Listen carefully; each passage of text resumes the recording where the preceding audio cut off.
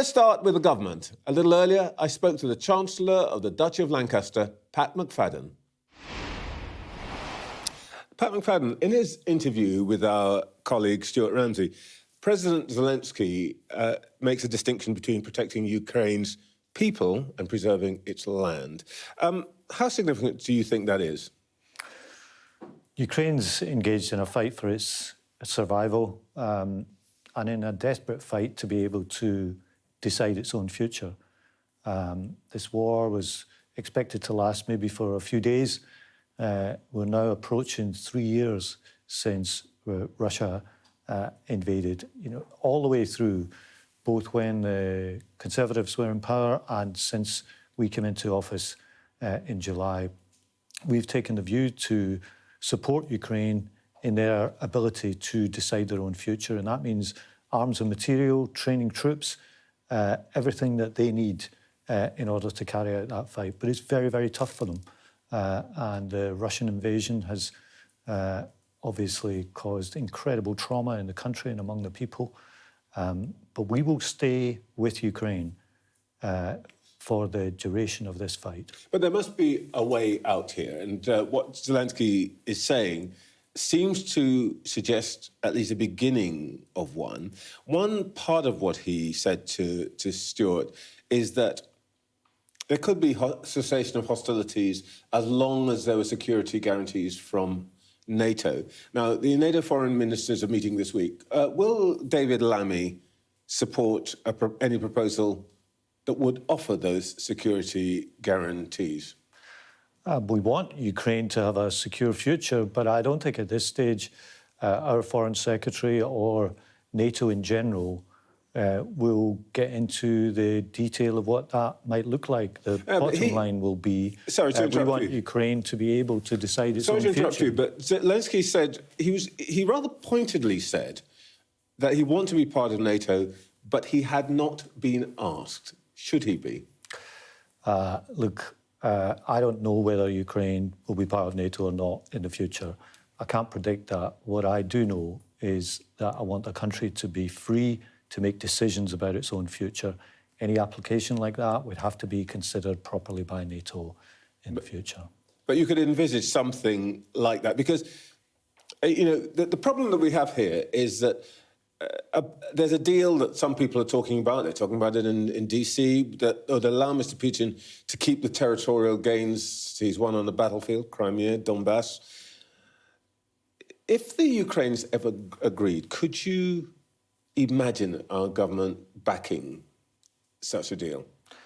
I think, there may be moves on this when the new president takes office in a couple of months. I don't quite know what they will be, and I don't think anyone else does at this stage. The principle that we would approach anything around that would be that Ukraine's got to be free to make its choices. We don't want to see Ukraine coerced into accepting a deal that it doesn't want here. We want them to be free to make their own choices. And that's the stance we've taken all the way through, because we understand the stakes here. If President Putin's invasion of Ukraine is rewarded with the country being totally under his thumb in the future, what signal does that send out to the other countries in Eastern Europe? What signal does that send out to the world? And in other hotspots or places around the world where someone might have territorial designs over another place. Yeah. This is hugely important for the world, that Ukraine is allowed to make its own decisions here. Yeah, but if I may say so, Zelensky himself he's too polite to say this, but he's pretty clearly signalled that he feels, to some extent, let down by the West. And he said this, that he thinks that we've given him enough not to lose, but not enough to win. Do you feel any responsibility, in a sense, for putting Ukraine in the position where essentially Putin gets to do exactly as you just said? He walks into somebody else's territory, occupies it for long enough to win a deal. Well, speaking for the United Kingdom, for all the political differences that we've had in this country over recent years, I think that certainly the two main political parties in the country have been completely united in giving support to Ukraine. And we've done that for the reasons I set out. It's right to have done that. And this government is as fully committed to that as the previous government was. It's not something that's divided politics in this country, because we understand the stakes and what Ukraine is fighting for. All right, let's come back to some domestic issues. And sorry to start here, but of course I have to. Did Keir Starmer know the full story of Louise Haigh's crime when he appointed her to the cabinet? I don't know that. I only know what I've read in the newspapers in the last few days. Steady. You're telling me they put you out on Sunday morning and they didn't tell you what the Prime Minister knew. I mean, that in itself feels like... How can you do that? Look, Louise Haigh is a good colleague. I'm sorry to see that she's gone. I think she was doing a good job. But she's made that decision. We've got a new Secretary of State now, Heidi Alexander, who I think will do a good job. And I know that... Yeah, but you just slid past the question I asked you. Did Keir Starmer know the full story when he appointed her to the cabinet? I don't know who knew what when. What I know is that she made the decision to resign. We've got a new appointment, Heidi Alexander, in place, and that will mean that we continue with the agenda we've got, which is bringing the railways back into public ownership, giving the mayors and the local authorities more control over their buses, having a good transport agenda going forward. Really great try. But, OK, let me put this another way. What changed between Thursday morning, when Number 10 was saying, there's a problem, but Louise Haigh is safe in her position, and Friday morning? What did the Prime Minister or Number 10 or somebody learn? Well, there's obviously new information that's come to light. There's been a lot of reporting around this, and by the time we get to the end of Thursday, Louise has made the decision to resign. And once that's done, a new appointment is put in place. She made this completely on her own, didn't tell anybody why, didn't say, oh, I've changed my mind, oh, I've got some new information. It was entirely her... She did tell us why, because she wrote her resignation letter.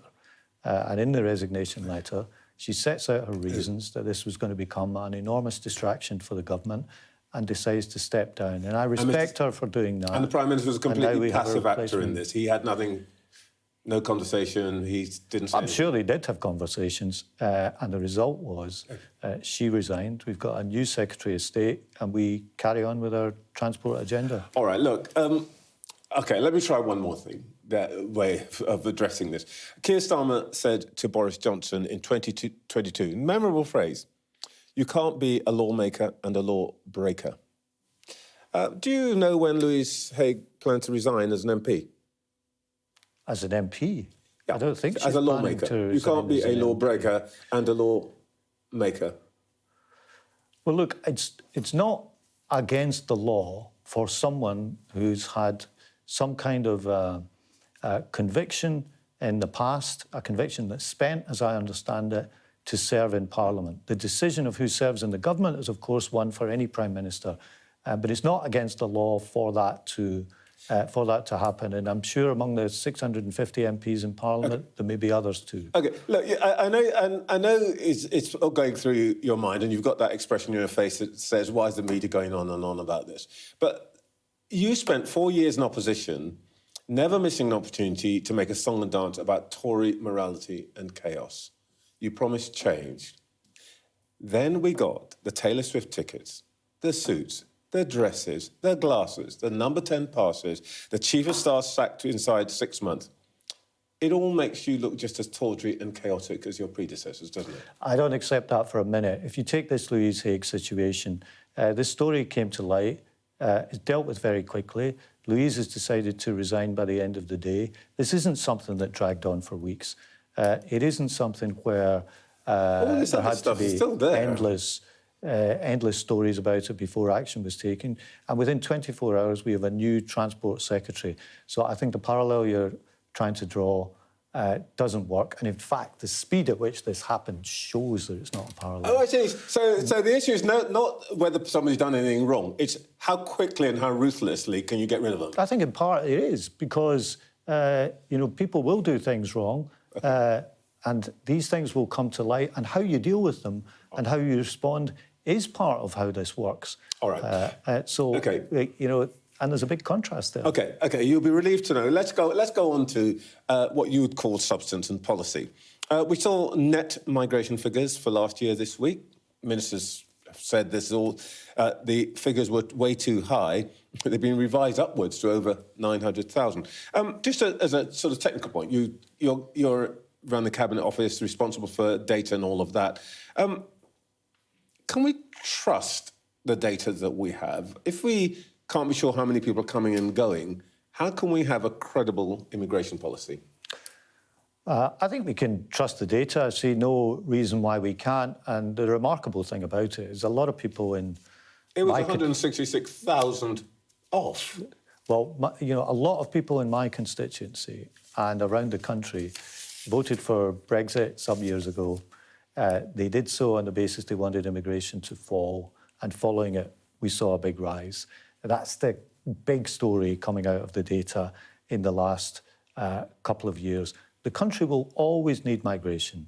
Let me be clear, I think most people who come here do it for the right reasons. They want to work hard, they want to make a new life, contribute an immense amount to the country. But you've always got to balance that by what you're doing to train your own workforce and to make sure that, for example, as we did this week, you're acting on getting long-term sick people off welfare into work so that you can maximise their life chances and opportunities and you're not over-reliant on immigration for them overseas. Well, I'm very glad you've got there because I know where you want to take me is on your 5 missions. And I want to come to that in just a second. But before we get there, let me ask you about what is not there. As you say, your constituents talk to you about immigration. It's a top topic, if we understand from opinion surveys.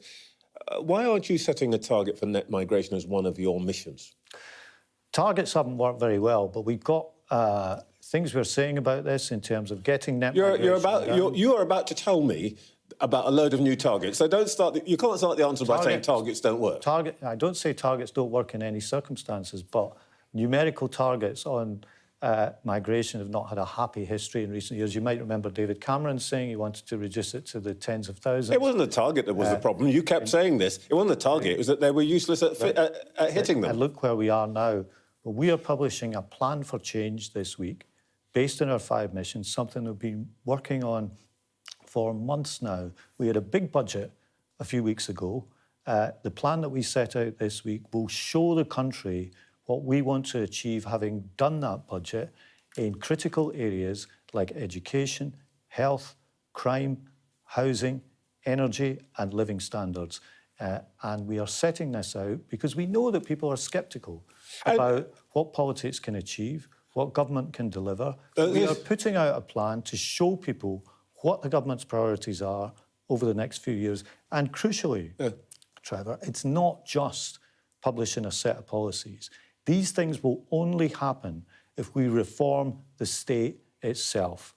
We've been in government for 4 or 5 months now, and it's clear to me and clear to everyone around that cabinet table that you can't just do things in the same old way. If we're going to deliver for people, we have to reform the state itself. So alongside these policies will be a plan to change the way the state works to make sure it delivers for people. You'll notice I did not interrupt your answer. I didn't cut you short because I wanted to let you make your case.